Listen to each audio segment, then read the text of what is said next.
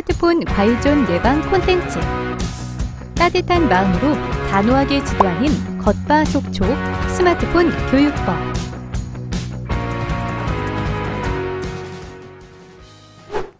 여러분 안녕하세요. 아나운서 조혜지입니다. 오늘 이 시간에는 여러분과 함께 스마트폰과 우리 아이들에 관해 이야기를 좀 나눠보려고 합니다. 스마트폰은 우리 어른들에게 떼래야 뗄 수 없는 삶의 필수품이죠. 그런데 우리의 아이들에게도 떼래야 뗄 수 없는 존재로 자리 잡고 있는 모습을 보면 걱정이 앞서기도 합니다. 우리나라 국민 5명 중 1명, 즉 20%가 스마트폰 과의존 위험군에 해당한다고 조사되는데요. 유아동, 청소년층은 이 평균 수치를 뛰어넘어 각각 22.9%, 30.2%에 이르고 있다는 조사 결과입니다. 그럼 어떻게 하면 우리 아이들이 스마트폰을 건강하고 바르게 사용할 수 있도록 교육할 수 있을까요? 스마트 쉼센터 예방교육 강사님을 모시고 이야기 한번 나눠보도록 하겠습니다. 강사님 안녕하세요. 안녕하세요. 저는 스마트 쉼센터에서 스마트폰 및 인터넷 과의존 예방교육을 진행하고 있는 예방교육 강사 현도남이라고 합니다. 여보, 얘들아! 아빠 TV 나왔다! 네, 좀 간단하게 스마트 쉼센터 소개 좀 부탁드립니다. 네, 스마트 쉼센터는요, 스마트폰 과의존 예방 및 해소 사업을 진행하고 있습니다. 특별히 오늘은 부모님들과 선생님들을 대상으로 스마트폰 과의존 예방에 대해 이야기를 나누고자 이렇게 찾아뵙게 되었습니다. 네, 그럼 본격적으로 진행해 볼 텐데요. 우리 아이들의 스마트폰 과의존 문제에 대해 우리 보호자분들의 다양한 질문이 있었는데요. 그중 대표적인 질문 몇 가지만 좀 골라보았습니다. 먼저 첫 번째 질문 들어볼까요? 우리 아이가 하루 종일 스마트폰만 쳐다보고 있어요. 혹시 스마트폰 과의존 아닌가요? 그런데 스마트폰 과의존이란 게 정확하게 뭐죠? 자, 이제 스마트폰 과의존이란 무엇인지 정확하게 말씀드릴게요. 단순히 우리 아이들이 스마트폰을 너무 오랫동안 사용한다고 해서 스마트폰 과의존일까요? 그렇지 않습니다. 바로 현저성, 조절 실패, 문제적 결과, 이 세 가지 영역으로 나누어서 고려해야 합니다. 이 단어들을 조금 더 쉽게 말씀드릴게요. 첫째, 현저성은 스마트폰을 사용하지 않을 때도 자꾸 스마트폰이 생각나거나 스마트폰을 사용하고 싶은 충동을 느끼는 것을 의미합니다. 둘째, 조절 실패는 스스로 세운 스마트폰 사용 시간 약속을 제대로 지키지 못하는 것을 의미합니다. 셋째, 문제적 결과는 자신의 스마트폰 사용 습관으로 인해 건강, 학업, 그리고 대인관계에 문제가 생긴 경우를 의미합니다. 건강, 학업, 대인관계에 문제가 생긴 경우라 하면 구체적으로 어떤 경우를 말하는 건가요? 스마트폰 사용으로 인해 신체의 특정 부위가 아픈 경우, 스마트폰 사용으로 인해 다음날 지각을 한다거나 수업이나 업무에 집중하지 못하고 조는 일이 반복되는 경우, 스마트폰 사용으로 인해 현실에서의 대인관계가 축소되거나 가족, 친구 및 동료와의 갈등이 생기는 경우가 바로 문제적 결과에 해당한다고 볼 수 있습니다. 자신의 스마트폰 과의존 수준을 구체적으로 진단할 수 있는 방법을 소개해드릴게요. 스마트 쉼센터 홈페이지에 접속하시면 첫 번째 화면 오른쪽에 과의존 진단이라는 부분이 있습니다. 여기에 간단한 정보만 입력하시면 곧바로 스마트폰 과의존 진단 여부를 체크할 수 있고 결과도 확인하실 수 있습니다.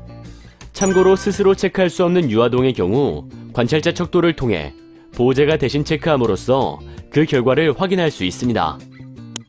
스마트폰 과의존에 대해 정말 쉽게 말씀드리면 자신의 스마트폰 사용 습관 때문에 나 또는 내 주위의 사람이 신체적으로, 정신적으로 행복하지 않다면 스마트폰 과의존이라고 말할 수 있습니다.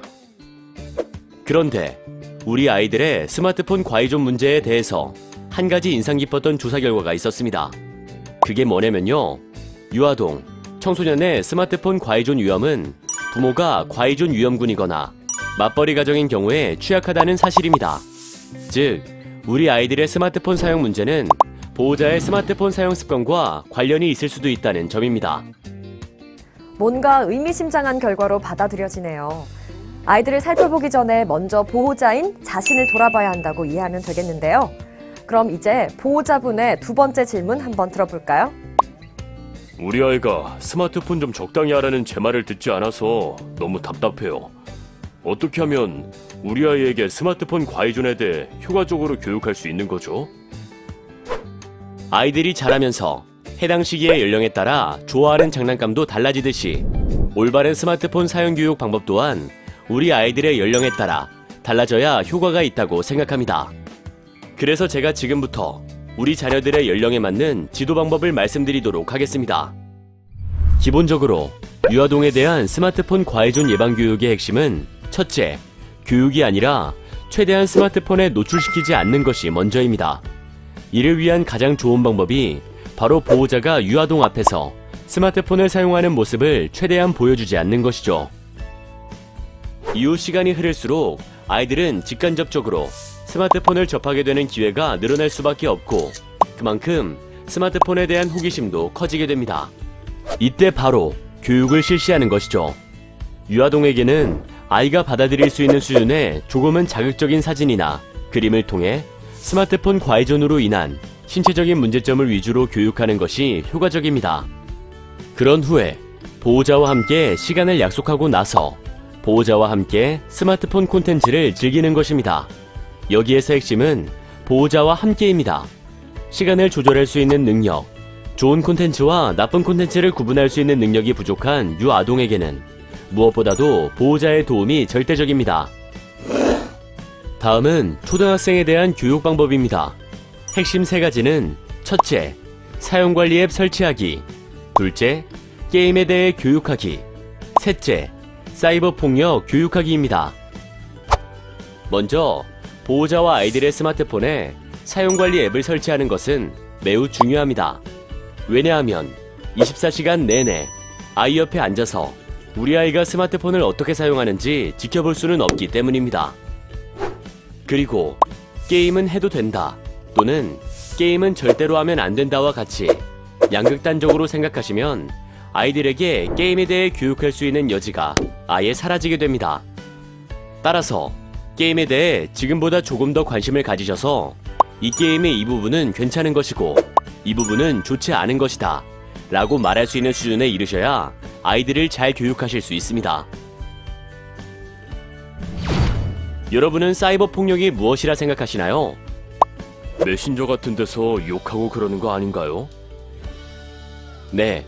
하지만 사이버 폭력은 단순히 메신저상에서 욕을 한다거나 하는 것을 의미하는 것이 아닙니다. 온라인에서 벌어지는 일들이 현실과 가장 다른 점은 바로 이 모든 일이 삭제되지 않고 영원히 남는다는 것이죠. 온라인에서 사용된 언어는 사진 및 동영상과 함께 영원히 남게 되는 거죠. 이것은 상처를 받은 당사자의 아픔 또한 영원히 남게 된다는 것을 의미합니다. 이것이 바로 사이버 폭력의 무서움입니다. 마지막으로 디지털 성폭력에 대한 부분입니다. 요즘 미디어에서 하루가 멀다 하고 디지털 성폭력 범죄에 관한 기사가 나오고 있는데요. 디지털 성폭력은 사이버 폭력보다 더 악질적이고 위험합니다. 다시 한번 말씀드리지만 온라인상의 사진과 동영상은 결코 쉽게 삭제되지 않습니다. 그러므로 이에 대한 교육이 꼭 필요합니다. 마지막으로 청소년에 대한 교육 방법입니다. 솔직하게 말씀드리면 청소년에게 스마트폰 과의존에 대해 무언가를 가르치기에는 이미 늦었다고 볼 수 있습니다. 최규석 작가의 송곳이라는 작품에서 이런 대사가 나옵니다. 사람들은 옳은 사람 말 안 들어. 좋은 사람 말을 듣지. 저는 이 대사에 무척 공감합니다. 특히나 청소년 시기에는 더욱 그런 것 같아요. 청소년들의 입장에서 생각해보면 자신에게 옳은 말을 해주려는 옳은 사람들은 너무 많습니다. 너무 많다 보니 그 많은 옳은 말들이 잔소리로 들리는 것이죠. 그러므로 뭔가를 가르치려 하기보다는 일단 좋은 사람으로 청소년에게 다가가는 것이 우선인 것 같습니다. 그리고 나서 스마트폰 사용에서 비롯되는 게임, 온라인 도박, 디지털 성폭력, 사이버 폭력 등에 대한 다른 청소년들의 피해 사례를 들려주면서 너를 많이 사랑하는데 너에게도 이런 일들이 일어날까봐 걱정이 되는구나 하는 마음을 전달해주는 것이죠. 연령별로 좋은 말씀 정말 감사합니다. 그런데 강사님, 이미 스마트폰 과의존 문제로 인해 많은 어려움을 겪고 있다면, 그리고 이 문제를 스스로 해결할 수 없는 상태라면 어떻게 해야 할까요? 스마트폰 관리 앱을 사용하기도 하고 여러 다양한 해결 방안을 실천해봤는데도 스마트폰 과의존 증상이 나아지지 않고 그로 인해 심각한 어려움을 겪고 계시다면 혼자 힘으로 해결하려고 하지 마시고 전문기관의 도움을 받는 것을 추천해드립니다. 스마트폰 과의존 문제는 스스로 해결하기 어렵기 때문이죠. 스마트 쉼 센터에서는 스마트폰 과의존 해소를 위해 다양한 상담 서비스를 무료로 제공하고 있으니 언제든 손을 내밀어 주시길 바랍니다. 우선 월요일부터 토요일까지 전화 상담을 이용하실 수도 있고요. 직접 방문이 어렵거나 지역센터의 접근성이 용이하지 않는 경우에는 가정방문 상담사가 직접 가정에 방문하여 6회의 방문 상담 서비스를 제공하고 사후관리 차원에서 2회의 전화 상담을 진행하고 있습니다. 이 서비스 또한 무료입니다. 그 이외에 18개 지역센터에서 가족 프로그램 등 스마트폰 과의존 해소 및 예방을 위한 체험활동을 다양하게 운영하고 있으니 홈페이지에서 확인하시면 됩니다. 하지만 무엇보다 문제가 발생하기 전에 예방하는 것이 중요한데요. 스마트 쉼 센터에서는 스마트폰 과의존 문제 예방을 위해서 예방 가이드라인 매뉴얼, 교육자료 등과 같이 활용 가능한 유익한 자료들도 제공하고 있으니 많이 활용하시기 바랍니다. 이렇게 좋은 전문 기관의 서비스가 있었다니, 그것도 무료라니 정말 엄청난 정보네요. 고맙습니다, 강사님. 지금까지 우리는 스마트폰 과의존이란 무엇인지, 그리고 아이의 연령에 맞게 어떤 방법으로 스마트폰 사용법을 교육해야 하는지에 대해 살펴봤습니다. 보호자라는 단어는 보호할 책임을 가지고 있는 사람을 의미합니다. 이번 기회를 통해 따뜻한 마음으로 단호하게 지도하는 겉바속촉한 스마트폰 과의존 보호자가 되어주는 건 어떨까요? 지금까지 아나운서 조혜지였습니다. 따뜻한 마음으로 단호하게 지도하는 겉바속촉 스마트폰 교육법.